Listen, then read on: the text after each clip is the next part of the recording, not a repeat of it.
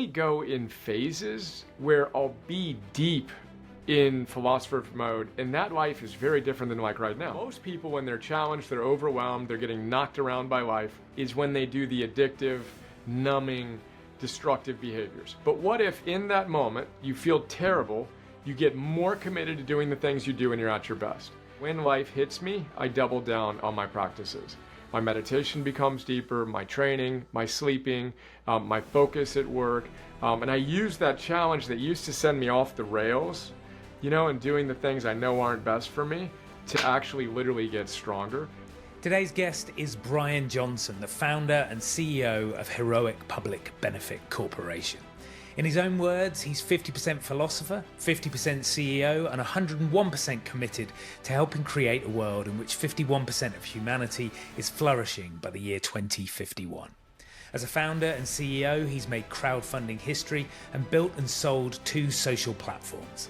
As a philosopher and teacher, he's helped millions of people from around the world, trained more than 10,000 heroic coaches from more than 100 countries, and created a protocol that science says changes lives. He lives in the country outside Austin, Texas, in the US of A, with his wife, Alexandra, and their 2 kids, Emerson and Eleanor.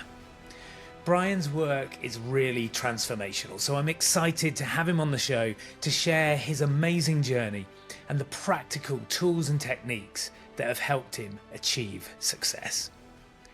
If you enjoy what you hear, please leave a review, like, comment, and subscribe. You know the drill. It would mean the world to me and will help this podcast reach as many people as possible. You don't want to miss this. Enjoy. So, Brian, welcome to the show. My first question for you, in life, what's the most important thing you've ever had to pitch for? Dominic, we're starting out strong. What is the most important thing I've ever had to pitch for? A few things come in, but my wife wins. So I've been with my wife for 17 years now, and pitching her on being together, getting married, and then frankly repitching. For me, life is not a one and done thing. It's a being worthy of that. So my relationship with her, pitching my kids on their potential, on how to show up in their lives as a day-to-day thing. And then there's, business things. I've raised, a fair amount of money at this point. We made crowdfunding history with Heroic Public Benefit Corporation. That was an important pitch in my life. The book we're launching right now. But I love it. I love what you do. I love the concept of how important it is to tell a good story and to connect and to, create a vision that people are inspired by and excited by and they want to be part of. So I'd say to answer the actual question, it's this movement we're trying to create. We're trying to pitch individuals on the idea and the fact that they are the heroes we've been waiting for. And if we want to change the world, then each of us needs to step up and be that best, most heroic version of ourselves. So I'll answer at the end with that. That's the most important pitch, and it's one that I'm engaged in right this second. And it's what I've dedicated my life to, and tattooed my body with, all the other things. I love that. I think the idea that you raised there, that the pitch is always evolving, that we're always repitching for things is so important.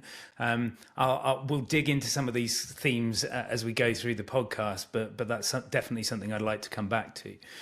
So if heroic and the heroic movement is the big pitch to the world at the moment, what's the one that's got away? Do you have any regrets? Do you think, if I could have changed that, I'd love to have seen a different outcome? Wow. I'm not seeing anything come up in my mind, although my felt sense is, oh my God, this could be a really long conversation. How many times I didn't, and what I'm thinking right now is it's less like the pitches I gave that didn't come through, and more the pitches I didn't have the courage to give. Yeah. And it's goosebumps. One of those things for me, I call it fear doors, that the best things in my life came on the other side of a tremendous amount of fear. Like I won a business plan competition at UCLA's Anderson School of Business when I was like 24 years old, but I almost didn't show up. Right. literally, because I was so afraid we weren't ready and the business sucked and I didn't have the money and I'm sitting at Kinko's. Do I do color copies or black and white? I can't afford either. And it was like I didn't want to be there and all those things. So what arises for me is the countless unknowable number of moments that I didn't step forward.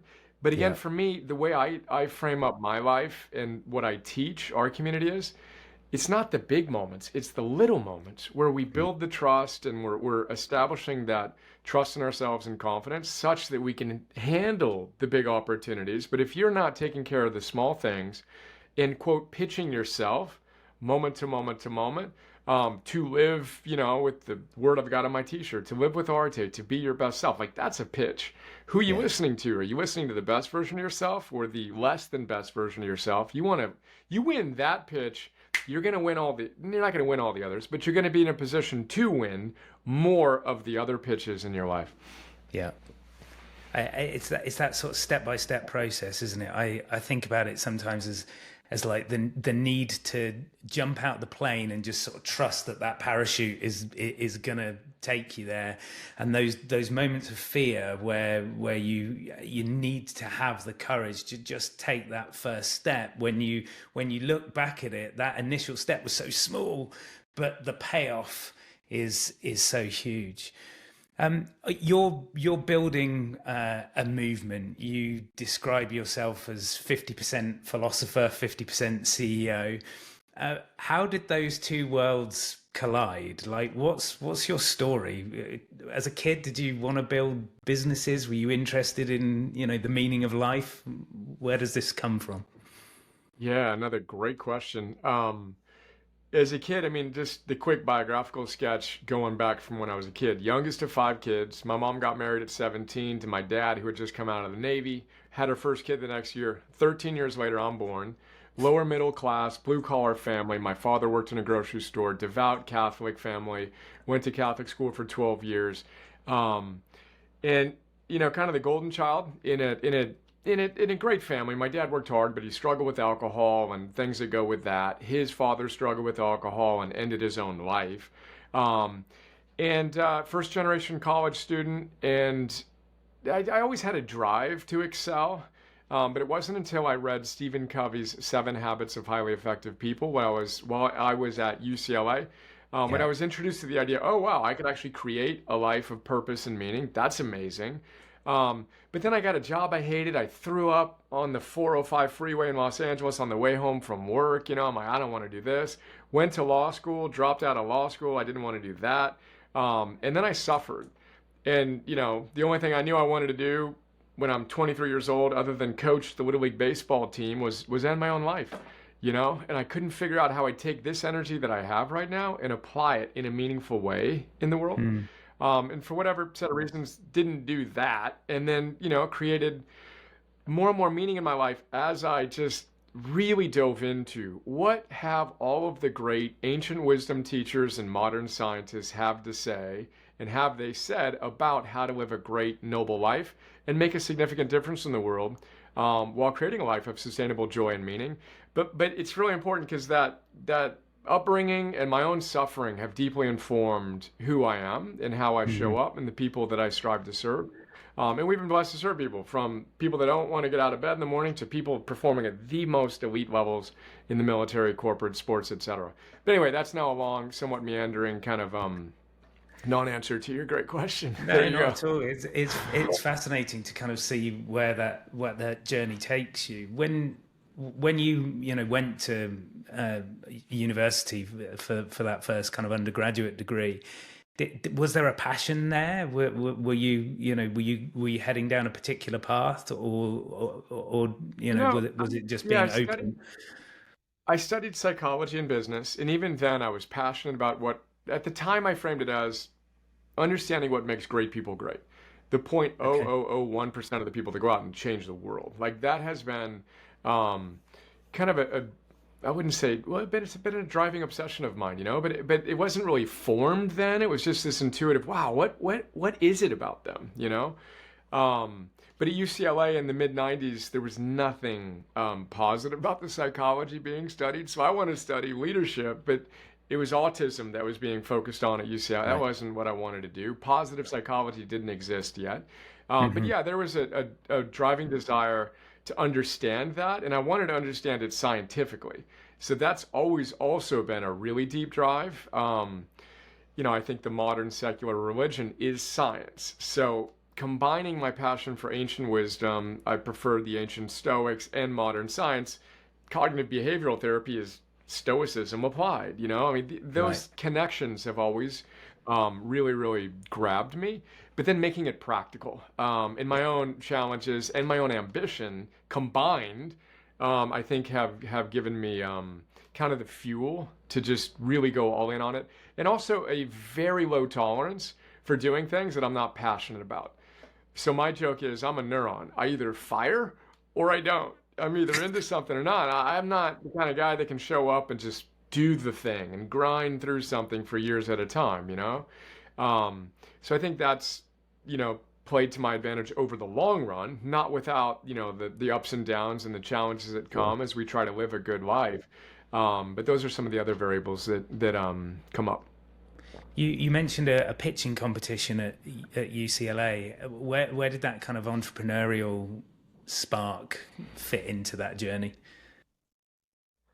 Yeah, so I was not the kid that was creating businesses as a kid and doing that stuff. I was the little nerdy, smallest kid in high school, straight A student and all those things. Business and I were never, it wasn't my thing. And then when I dropped out of law school, I coached a Little League baseball team. Previous to going to law school, I did some consulting in 1997, and Okay. databases were becoming big. And so I was helping a client with that, with this big professional services firm. And when I coached this Little League baseball team, we sucked. Like we had no idea what we were doing, and our team literally was like 0-6, and everybody's like, "This isn't fun." And I just, I had this vision that 1998 now, that every single team and league in the world would be using the web for everything, like an Hmm. ESPN for youth sports. And I could just see it. And I created a business to do that. But again, the big driver was there was no way I was going back and doing the things I had done before, like the idea of doing that led to nausea and also led to the I can't, no way. Um, so again, it wasn't like, oh yeah, I want to create a business. It was, oh shoot, that's cool. But then I could see it. Then I Yeah. can see a million teams on the platform. And then Mm. again, I could feel it. I had really smart people. Chairman of the board of a very large company told me, "You're crazy. You can't do that. You have no money. You have no experience. You don't know anybody, and there's no need. No one even wants this. Good luck." He literally told me, "Take another hit off of that pipe," is what he told me. I'm like, "All right, buddy," but that fires me up. All right, let's go. But that's kind of what led me to start the first business. And that was E Teams, right? Yeah, yeah, exactly.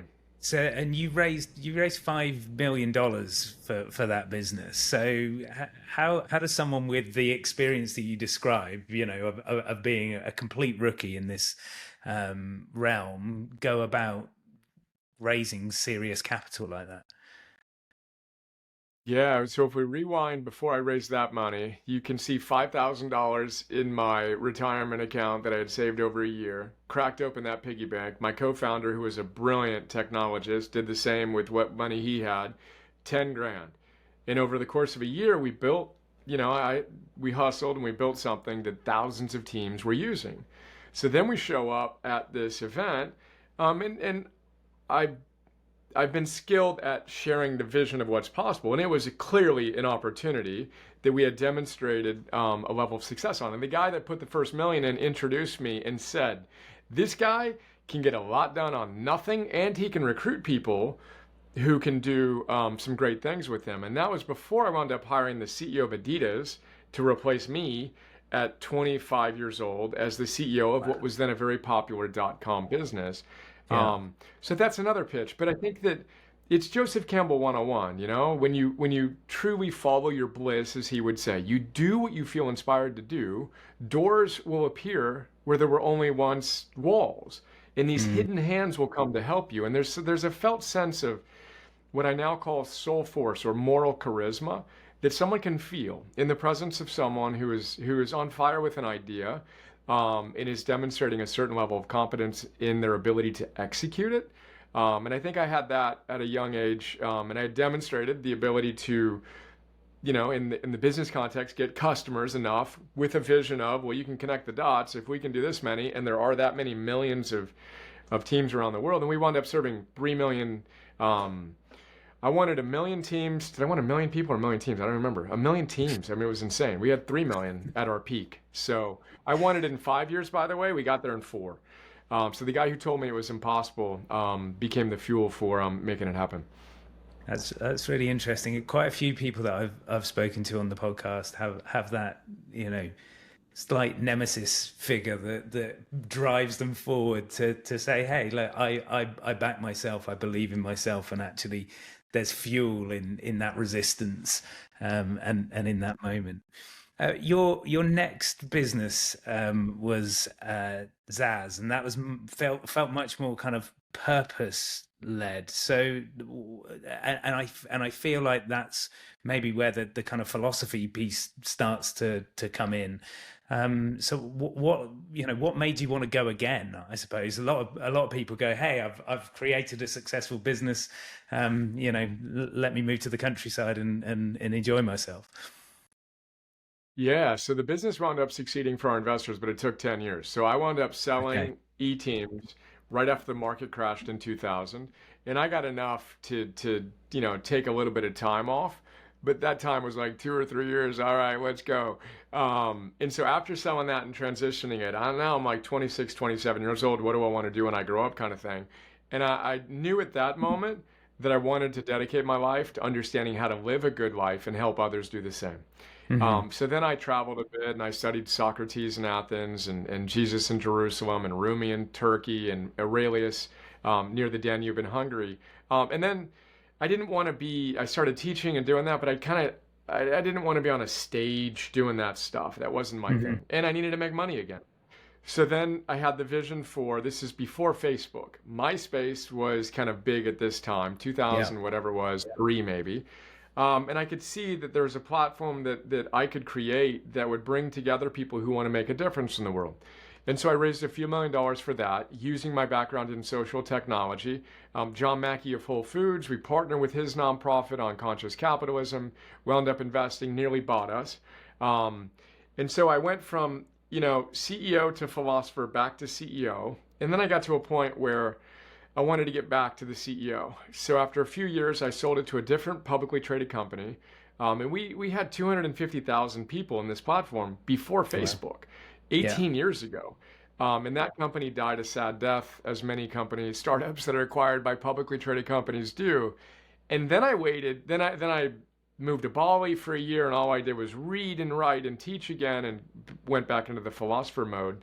Um, but then I waited for 18 years for someone to create an alternative to Facebook, Instagram, an answer to the social dilemma, which Yeah. became the nucleus for what I'm doing now. But that's kind of how I got into that, and it's been a very much a this, then that, and now it's a how do I integrate the two Hmm. and embody qualities of both the philosopher and the teacher and the CEO and the leader. I think that's a really kind of interesting tension to hold, those two archetypes. Um, what have you developed in your toolkit to allow you to flow between the two? Because from the content that I've consumed, you're very good at holding space for the deep work, for thinking, for being. And yet the kind of challenge, I suppose, when you're in CEO mode is that everyone wants a bit of your time, and you've got to be in a million different places at once. So, what's your strategy for dealing with that? Another great question. Well, I have two of my heroes behind me. I got Epictetus and I have Aurelius.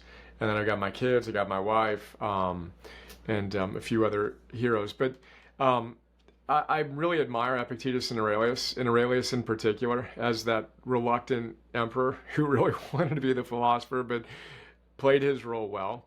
And I feel like that it's important for me to figure out how to integrate it. So that's kind of the Hmm. driving force, is figure this out. And I've been a hermit, bubble wrapped. I mean, I didn't use my phone for a year, email, and all I did was read and write and think and teach. But a big part of it was I wanted to be worthy of sharing some wisdom and to feel like I had done the work necessary on myself and on my own intellectual development to understand what these great teachers said, again, ancient and modern, and then figure out how to integrate it in a really practical way. And then I've always had this ambition, entrepreneurially and creatively more than anything. But that's the high level. And then practically speaking, I really go in phases where I'll be deep in philosopher mode, and that life is very different than like right now. Right now, Okay. I'm doing a ton of shows. We're launching the book and all that kind of stuff. But I'm blessed to have a team, and my right hand guy runs our business. He's phenomenal, and he's taking care of the team. The team is so empowered and does such a great job. And I'm pretty good at identifying what it is that I and only I can do, and then Yeah. leveraging and empowering others to do what they can do better than me, while appropriately leading. But then I'm also ruthless. Like I will clear my calendar completely for one thing when I say that's the most important thing. Peter Drucker 101 style. First things first, second things not at all. And Right. again, I'll be all in, and all I'll do is talks like this, when that's what the business needs from me, and that's what I need to Hmm. do creatively. But I'll also flip the switch. I'm writing the book, dark. No one's getting Okay. in touch with me. I'm putting the final touches on the book. See you in a week or in a month. Let's go. So I'm again that neuron of I decide what's important, and then I structure my life around it, and I create, again, what Drucker calls large quantums of time. So Yeah. to solve really important things, whether it's writing a book that I'm proud of or launching the book in a way that I'm proud of, I'm willing to re-architect my days in weeks in order to achieve the thing I said is most important. Period. Full Is that stop. is that something I've earned enough it, great whiskers to do that. is that something you've learned to do, or is that something that you always had the ability to do? I mean, let's assume you've always had the ability to do it, but is that a learned behavior, and what were the kind of steps in refining that? Because I know no is probably one of the hardest words to say in the English language. Yeah, well, this is again another great question. So, yeah, clearly there's something in me that gave me a lower tolerance for doing the what I would consider not what I'm here to do. And then Yeah. it's very much a cultivated skill to get comfortable at it. And one of the main tools that I've used, it's Stephen Covey. If you want to say, and I can give you a bunch of references, David Brooks, etc. But if you want to say no to something, you need to have a deeper yes. Yeah. So, I'm all in, as I've mentioned. I have a very clear mission of what I want to do over the next 25 years. Um, and I have a very deep, profound yes. And on this arm I've got, another tattoo that calls me to be my best self. Um, and then I just don't care. I care so much I don't care is one of my mentors. What one of my mentors told me. And again, I'm blessed to have a team to do their thing. Yeah. Um, but I get clear on what I want to achieve and what I think it's going to take for me to get there, and then I do what I need to do to make that happen. But it's been a very iterative um, uh, evolution for me, and now I've got enough reps in where I feel much more comfortable and confident in going all in and focusing my energy on what I've decided is most important, which is a key part of my whole philosophy, by the way. Is you got to get your energy focused on what's important now. Most people diffuse it and they never do anything really at the highest possible level because they're doing too Hmm. many things. And I intellectually understand that. I've experienced enough times that now it's much easier for me to do that, and to enjoy doing it, unapologetically saying no, as Covey says. Gandhi says the same thing. David Brooks says you need a soul aching goal, just a soul aching goal, in order to say no to the nonsense that's trying to consume your attention, etc. I'm sure there are people listening to this thinking, I've got a goal, I've got something that I sort of want to do, but Brian's saying soul aching. Is it quite soul aching? Like how would you recommend people essentially distill what it is that they want to do? How do they find that kind of North Star?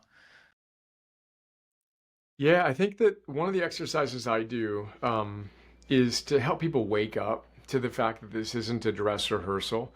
So the burnout, the overwhelm, 80% of us have anxiety, depression, etc. And frankly, it's not because we're working too hard at our dreams. It's because we're grinding on things we don't really want to be doing. And Yeah. then we're numbing ourselves with the binge watching, the binge drinking, the binge eating, or whatever else we do. And we all have our own habits, no shame. It is what it is. Um, and all of us are experiencing it on one level or another. So I think there's practical things we can talk about, but I think energetically, the first step is you got to realize, and I know this is obvious, but it's not a dress rehearsal. Like this is Hmm. it, and what are you waiting for? And you got to activate at a certain point of intensity and energy and act like you mean it. One of Yeah. the exercises I do is called a quick trip to hell.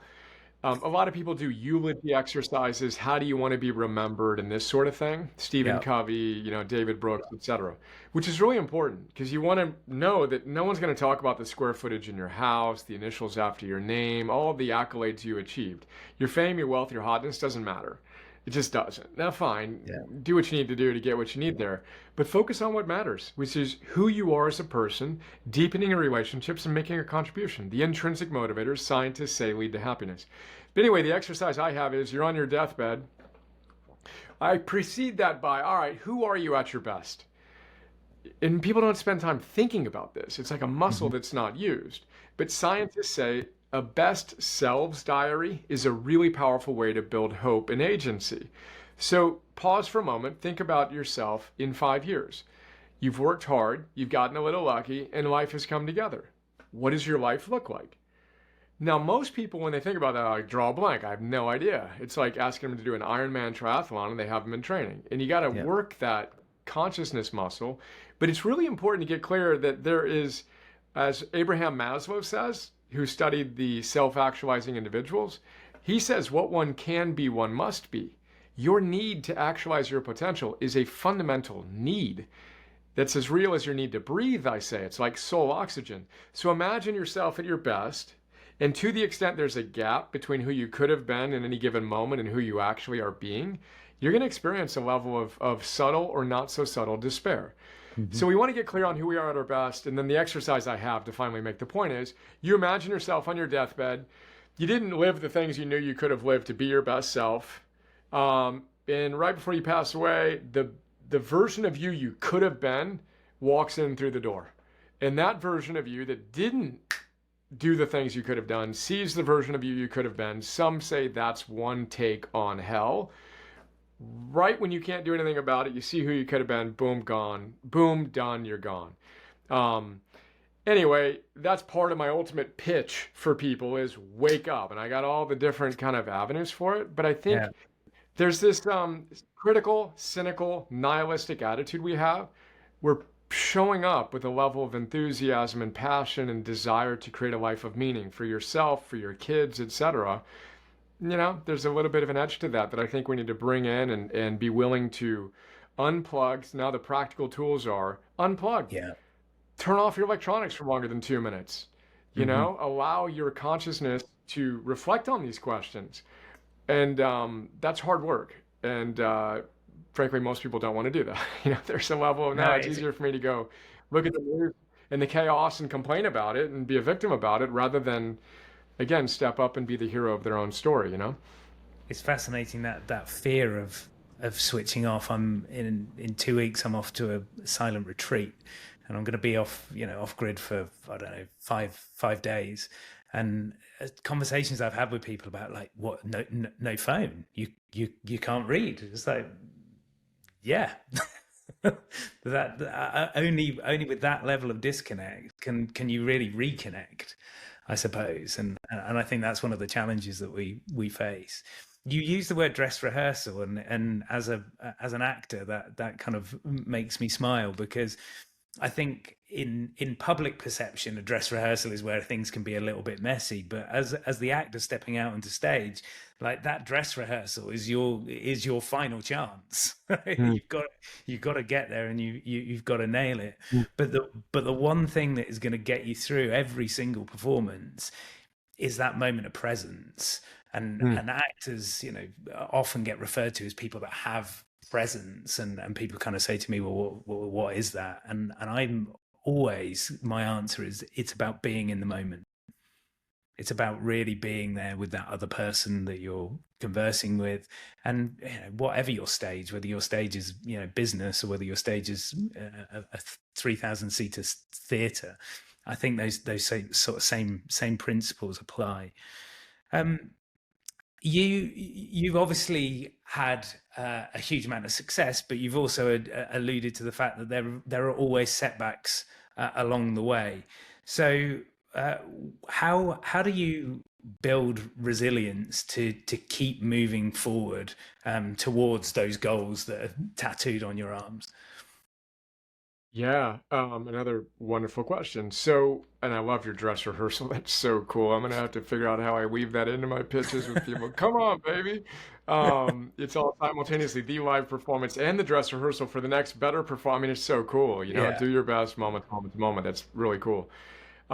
So I actually go beyond resilience to what I call antifragility, and it's one of the kind of fundamental parts of my work, forging what I call anti-fragile confidence, where you have so much trust in yourself, which is what confidence means, intense trust, that not only are you not breaking fragile when life hits you, you move past being resilient to being anti-fragile, where the more life challenges you, the stronger you get.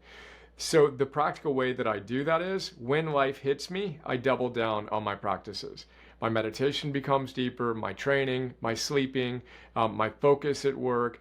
And I use that challenge that used to send me off the rails, and doing the things I know aren't best for me, to actually literally get stronger. And I can give you examples of how I've done that over the last Yeah. couple of years with Heroic.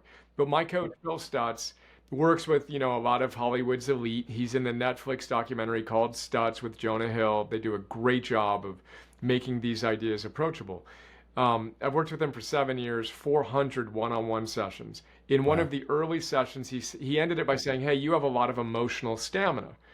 And I'm like, "Maybe the most I've seen," he said. I'm like, "Oh, that's amazing. Thanks. Appreciate that." No idea what that means, but that sounds good. Write Next that down. session, what's emotional? Yeah, exactly. Literally, I wrote it down. All right, prepping for my session. Emotional stamina. What is that? And he says emotional stamina is what you'd expect. You can handle challenges and you can endure the uncertainty and pain of life and keep on responding powerfully.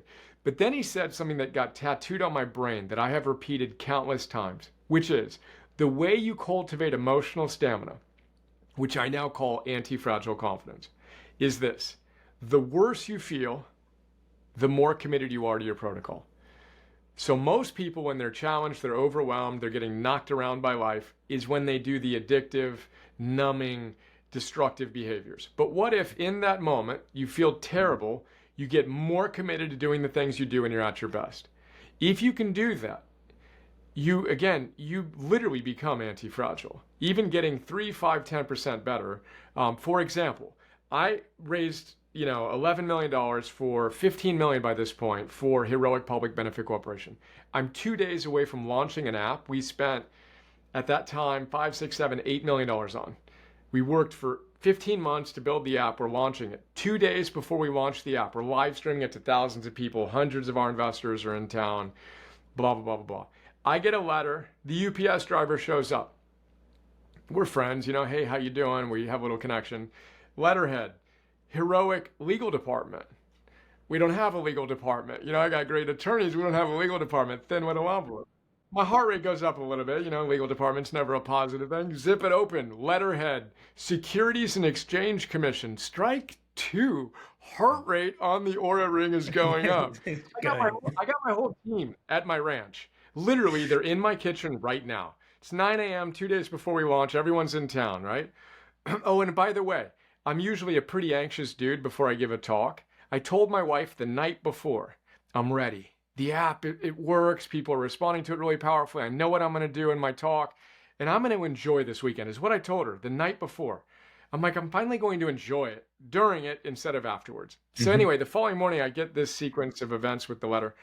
Anyway, I go out, I'm reading the letter, and they opened up an investigation into our crowdfunding. We had made history. We were the first company to ever raise $5 million via their new regulations. We have 3,000 investors from 75 countries around the world. Now, I'm reading that, and my heart, goes up. And I'm also, we did everything at the highest level. Yeah. Okay, it is what it is, and that sucks, but we're good. Like, now we need to solve this. But I literally told myself in that moment, boom, we train our coaches, and we've worked with 10,000 people in our coach program. Flip the switch. Invite the best, most heroic version of yourself to be present. And for us, I've studied the Alexander technique, and you pull the thread through your head, you Yeah. assume a dignified posture, you deepen your breathing, you get your mental focus tight, and you have that internal presence of strength and power that I imagined you do countless times. Well, I do that countless times in my own way. So I do that, and I don't remember saying this, but my right-hand guy says, and I got tears in my eyes, that the first thing I said was, Mr. Balshin, the heroic gods have blessed us with an opportunity to practice our philosophy. Boom. And in that moment, I doubled down on everything I do. I'm meditating for an hour in the morning and an hour at night. I'm showing up and I'm practicing my philosophy at the highest possible level. Whereas the old me would have crumbled. And then, I don't drink. My dad and his dad drank enough, and my brother drank enough. But if I did, that would have been the moment I start drinking. No, no, no, no. Yeah. I use that to get stronger. And it's frankly one of the things I'm most proud of. The firm that we hired to navigate the process, we got it done in 8 months. The average process is 24 months. We handled it with what they perceived to be so much grace and anti-fragile confidence that they hired me to keynote their partner talk. And these are $1,700, $1,800 an hour, the best in the world at what they do, because they'd Yeah. never seen it. So the philosophy works, and your philosophy works. Yours, mine, everyone's here when we work it. But we've got to Mm. get that activation going. And again, this is a dress rehearsal. You go show up like it's the last rehearsal before the real show. Anyway, long answer now to that's no question the most significant challenge I've faced, entrepreneur. I've faced a lot of others, none with Yeah. that much grace. And I share it because it's exciting to get clarity on what Phil taught me. The worse you feel, the more committed you are to your protocol. But it begs the question that you know what your protocol is, which is Yeah. what I advocate in my work. Know who you are at your best. Do that when you're at your worst. And I suppose that you've built the muscle of that protocol in the easy times as well, because when life is simple, then it's easy to let those sorts of things go. It always struck me with the kind of the work ethic of, especially in the world of theatre, actually even more so than the world of TV. But you would turn up to the theatre for the half-hour call, which is 35 minutes before curtain up. And to be honest, if you turned up at the half-hour call, you were late. Most people have been there for an hour before. But to a man, every single person is going through their warm-ups, they're doing their stretches, they're doing their kind of vocal prep and getting into the zone. Even though this is the 600th show that they've played and it's the same words coming out their mouth, it's like I'm doing this as if for the first time. Hmm. And I think that level of discipline and that level of technique is so important. And when I work with businesses, quite often that's quite an alien concept. It's like here's a massive opportunity, a big pitch for investment, or a big sales opportunity, or the relaunch of the vision for and the values for the organization, and you kind of say, well, so when are we rehearsing? And people are like, Yeah. what? I've written some bullet points. It's like, Yep. no, not good enough. You Dude. you mentioned there that you were kind of ready to go out to speak, and that I think the word you used was anxious. That you can get anxious before speaking. Obviously, a lot of work that I do with organisations and individuals is about that kind of art of engaging and communicating. What lessons have you learned in your journey in life and business that prepare you for those moments? Yeah, again, such a fun chat and great conversation. Great question again. I'm going to pull back just for a second because I was filmed for a documentary yesterday, and I have a specific protocol that I work the Hmm. night before, the prep that goes into that. But again, I think you're spot on that business leaders aren't prioritizing their protocol, their training mechanisms, how they get themselves ready to play their Super Bowl, the way that athletes and entertainers like Yeah. you and your colleagues perform. It doesn't make any sense. And literally, this is the app we built. This is the heroic app. We Yeah. help you get clarity on who you are at your best, and then we challenge you to be that version of you day in and day out. It's exactly what you're talking about. So I literally just did that over the last 36 hours. Boom. And here we go. I'm ready to perform literally in that context, but I'm doing the same thing for each of the things I'm showing up for. Um, but then the number one thing that I've done to take that neutral energy, my physiology and your physiology and everyone's physiology should change before they step up on the real or metaphorical stage. That should happen. And for me, I used to tell myself this story that something was wrong with me. And that if I had to look back at the core root of my suffering, I knew none of these ideas. But then worse, I thought I was the only one experiencing my own, struggles with anxiety at the time and depression at the time and all these things. But recognizing that we're not alone. And then for me, the practical tip was a research study in which, people came in and they were given a stress test that would induce a lot of stress. Hmm. Public speaking was the thing they had to do. So most of us would be terrified to go perform on stage like you all do.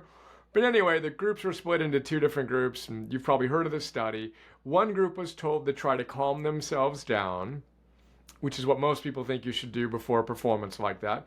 The other group was taught to simply say, I'm excited. Yeah. The group that was taught, I'm excited, way outperformed those who tried to calm themselves down by an independent panel of judges who didn't know who was what, for the simple reason that feeling those feelings is a high arousal state. Very Yeah. difficult to drop yourself down. Now I can now drop myself down because I've trained a lot. Navy SEALs can take naps on the way to being dropped into the mission, and they can get themselves queued up and keyed up at the right level.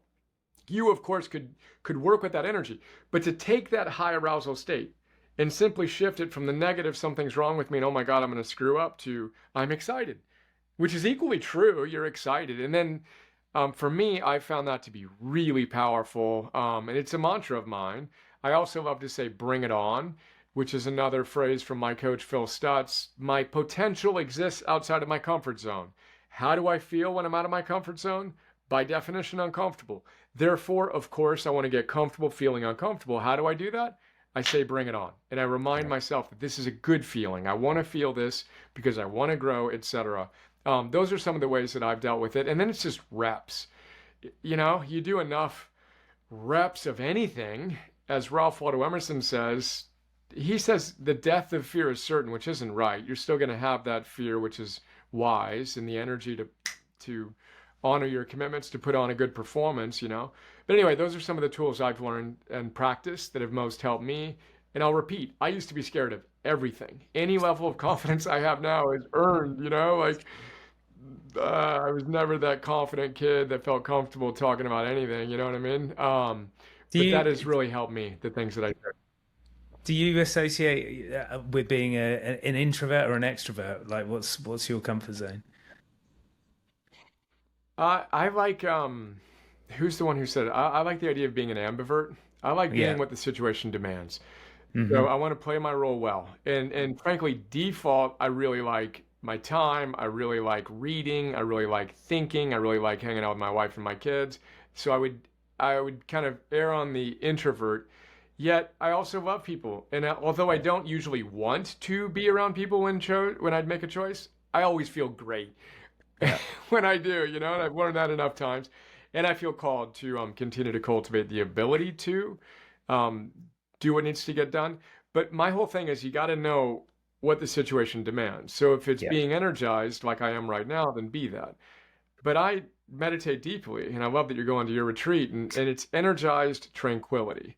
Yeah. It's a calm confidence. And to be able to flip the switch and be what the situation demands is what I've really tried to practice. And training my recovery is really important to me. So things like sleep, breath, meditation, etc.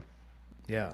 I think that idea of the switch is so important, and I probably say I feel very similar in terms of I can be extroverted when needed. You put me on stage and I'll light it up, but actually, that recovery time is so important, where you're off and you're not engaging, and that you can just slip out of the back door and get out into nature and disconnect. So that's lovely to hear that there's kind of parallels there. You've mentioned Phil Stutz a couple of times in the conversation now, and I know I watched an interview that you did with Phil, and I could see a very kind of deep emotional connection that you have with him on a human level. There is the act of performance, and then there is the support team that sits behind that, and obviously you've invested in that support team. When you're thinking about people that are starting out on this journey, how do you recommend that people develop that team around them, and what elements should they have to make sure that they get the support that they need? Hmm. Yeah, I feel I'm Phil Stutz. If you haven't seen Stutz, to repeat, just he's a treasure. Feel blessed to have him in my life. Um, I personally just immerse myself in the available wisdom. I think that there's the personal relationships that I've been blessed to have with Phil and a couple of other really great mentors. I think all of us have had those moments that we want to celebrate, and we also want to be worthy of. We want to do the hard work to be a good mentee, a good protege, that an individual with whom we want to work is excited to work. Like that's, I think, an underappreciated aspect of that intensity I'm talking about, and the clarity and the willingness to go all in and to do the hard work. People respond to that. Um, so be interesting, be committed to being excellent, great at what you do, and have a vision that's compelling for you. That there's a magnetism to that, both with mentors and colleagues, and whether it's investors or clients.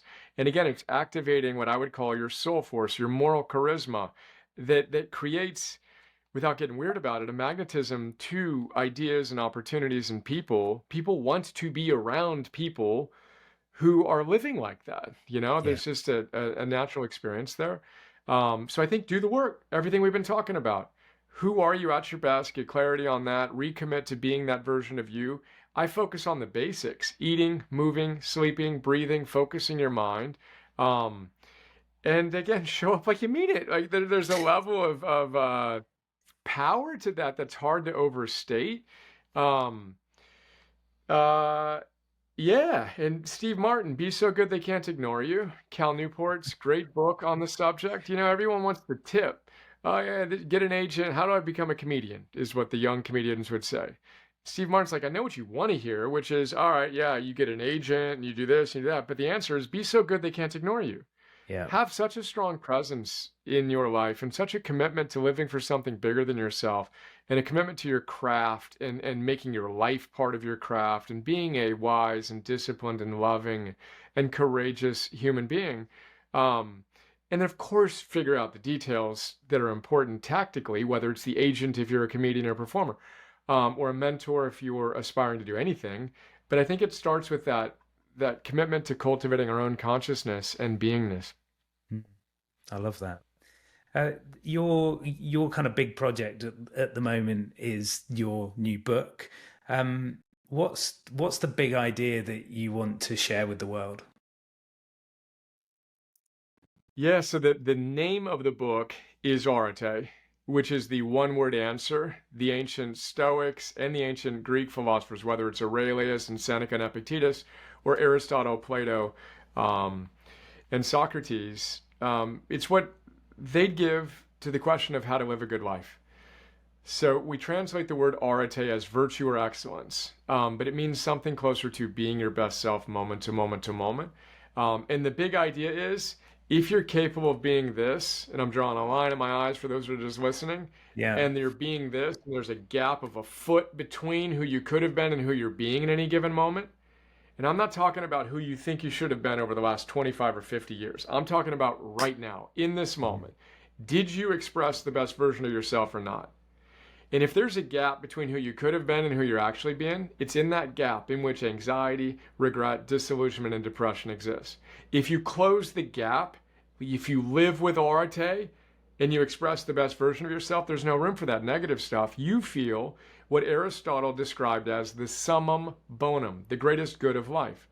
You have a sense of eudaimonia, which means good soul. It's a deep sense of grounded, joyful, meaningful, purposeful happiness. And you get that moment to moment to moment.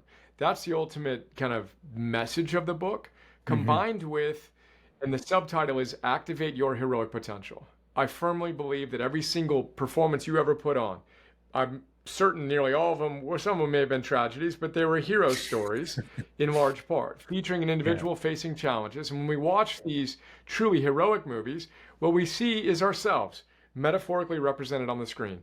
So my whole thing is live with arete. The moment you do, you are heroic. Activate your potential in service to something bigger than yourself. And of course, the book walks through how to go about doing that, integrating ancient wisdom, modern science, moving you from theory, ideas, to practice, to mastery, not someday, but today. So the third paragraph of Arte begins with the sentence, and I'm just going to quote it. I want to start by telling you a little story. And I absolutely love the story about your son that follows. You've mentioned storytelling a couple of times. You've mentioned the hero's journey. You were in the film Finding Joe. Why is storytelling so important when it comes to our success? You know, it's interesting because I've never considered myself a good storyteller. I've been told that I'm a good storyteller, but I've always had this idea, like the hardest class for me at UCLA, it was a 2-unit class that I thought would just be, let's go. It was by far the hardest class I ever took on screenwriting. I couldn't do it. I literally could not create a story in the way that I perceived it at the time, and frankly still have a residue of. So I've never considered myself skilled at telling a story for the sake of telling a story. Now, in this particular case, I was trying to come up with, I had written the whole book. And arete, how do you spell it? How do you pronounce it? Why are you naming your book that? That's insane. You know what I mean? I'm like, I hear you. But it's the one word, it's the answer. That word never should have left our cultural lexicon. We got to bring it back, you know? But anyway, how do you explain this? How do you get out the gate, you know? And then that morning, my son had an experience that I share in the book, Goosebumps, and it was one of those, oh my gosh, this is it. And I literally, I wrote that and the chapters that followed it. I didn't say this in the book, while waiting for him while he was playing those games. Wow. So I drafted those 3 chapters and 4 or 5 chapters over the span of 5 hours, waiting for him. And it just became the perfect story. So I've been told that I'm a reasonably good storyteller, but I've never perceived myself that way. I'm just trying to reach people and clearly intellectually, and this is what you do and you've studied it and you can reflect back why it works. But I've just tried to help people. I've just tried to figure out a way to communicate in a world where everyone's really busy. So can I get to the point, more wisdom and less time, get in, get out, try to make it personal, which has been a practice because I used to be more abstract and clinical about it. And I've tried to deliberately talk about my own challenges and my kids and all that. But it was very, and I don't like the word authentic in general, but in this case I do. And the etymology of authentic, of course, comes from the same root. Authentic comes from the same root as author. So we want to be the author of our own lives, you know? So to be willing to tell a true story without trying to tell a story, I think is why that particular story worked. Because it was genuinely like, no, this is it. Let's go. And I find that when I get excited about something like that, it comes through. More than the content per se, there's an energy to it, which, by the way, briefly, is what Phil and I come back to all the time. It's what he teaches his performers, is that you got to be willing. He says that people are going to feel your energy, your soul force, more than the content. The content matters, and I got enough content, but it's your energy. It's the Yeah. transmission of that. And his adage is, you got to over prepare and then walk off the edge. You can't know what you're going to say next. Hmm. And I think of Joaquin Phoenix, who's another one of his publicly known clients, Yeah. and his performance of the Joker. And it's like, that is what Phil has been telling me for the last, it's the living embodiment of it. You can't rehearse that. No. Of course he did, but that performance, Prepare there's no for it, rehearsal of that. yeah. That was so walking over the edge, and you don't know what's going to come next. And you feel that. There's true crazy. It's just like, oh my goodness, that person's doing it. They went for it. Long answer, but that's how I've approached it. However, fumblingly and inarticulately, yet I think in that case, effectively, because it was a very heartfelt thing. And I think that heartfelt thing is so important. A lot of people say to me, I struggle with storytelling. I'm not a storyteller. And yet we all have that human experience. And in order to connect with other people, what we need to do is be open to an emotional transmission of energy. And that doesn't mean like, bearing all the skeletons in the closet or anything like that. It just means trying to consciously engage the other person with a feeling. One of the techniques that we always worked on as actors with the script is, what am I trying to make the other person feel? What is my emotional intention in this moment? And once you find that, it transforms the way that you communicate. And I think storytelling is sometimes, overblown because we think of the methodology and the mythology, and we see these amazing Hollywood screenwriters and go, oh, that's something that I can never do. But actually engaging people on a human level about a personal experience, which is universal, is so powerful. And that's why that initial chapter just is so touching and also illuminating in terms of helping us understand the context of the book. Brian, I could chat all day. I'm absolutely loving this, but we'll bring things to a close. So thank you. It's been amazing talking with you. One final question, if I may. If you could go back and give your younger self, that young man that was just starting out that university undergraduate degree, a piece of advice, what would that piece of advice be? Said this 20 times, dude. Great question. It would be all the things we're talking about, but there'd be that felt sense of connection. And just that it's interesting because it's what Phil does for me. I think a good coach, a good mentor, a good guide can see your potential and is believable. They've helped enough people get to a point where they've really solidified who they are and how they're showing up. And then they can guide you on that. But I'd want him to see me. I was asked a similar question with the documentary I mentioned, talking about that first grader version of me. And he wanted me to imagine that first grader and what that first grader version of me thought of this version of me. It gives me tears in my eyes, And that guy would have been proud of me. He would have looked at me and gone, I like that guy. There's a level of, dude, we got this. So I'd want to be there with him. I actually wouldn't want to say anything first. I'd want to be there, and I'd want my presence to hopefully speak to, we figured it out, dude. We're good. We're living a great, noble life. It hasn't been easy, but we did it.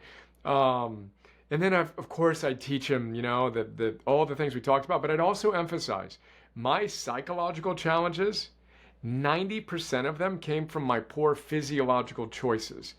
I ate terribly. I'd order buy one pizza, get one free, to have one for dinner, one for breakfast and lunch the next day. I never slept regularly or well. I rarely moved my body. I didn't take care of the basic fundamentals. And so my psychological challenges, 90% of them, I firmly believe, were rooted in my poor fundamental practices. And again, science affirms this. Your gut produces 80 to 90% of your body's serotonin. When was the last time you heard that at a psychiatrist's office? You're being prescribed medication to enhance your serotonin uptake and all these things. Why don't you just remove the sugar and the flour and the sugar and refined foods and see where you're at?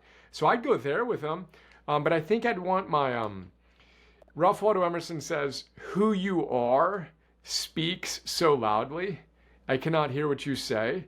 So I'd want more than anything just to be with that version of myself, and get him excited, pitch him on, let's go. And then hopefully I'd cut about 25 years off of our development cycle with some of the ideas that I've now captured here. And by the way, I wrote the book for that version of me, and for my kids, and for my dad, the things I wish had been part of his understanding of life, which is another important aspect of that emotion we want to create. For whom are we doing the work that we do, etc. But really enjoyed our conversation, and truly extraordinary series of questions. So bless you, and thank you. Goosebumps. Thank you so much, Brian, for joining me on the podcast. Thanks for listening to the Why Life's a Pitch podcast. If you'd like to improve the way you pitch and communicate, I'm giving away a special gift to all my listeners. We've developed the Pitching with Impact scorecard to help you benchmark your pitch performance in 6 key areas. It will take you less than 5 minutes to complete, and you'll receive a detailed, personalized report packed full of insights and ideas to help you improve and grow. Just head over to dominiccolenso.com/scorecard to get started.